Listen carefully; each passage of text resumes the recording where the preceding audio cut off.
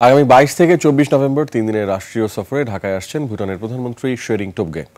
এই সফর দীর্ঘস্থায়ী বন্ধুত্ব ও সহযোগিতার বন্ধন আরও সুসংহত হবে বলে আশা বাংলাদেশের। বৃহস্পতিবার সংবাদ সম্মেলনে এসব কথা জানান পররাষ্ট্র সচিব আসাদ আল আলম সিয়াম।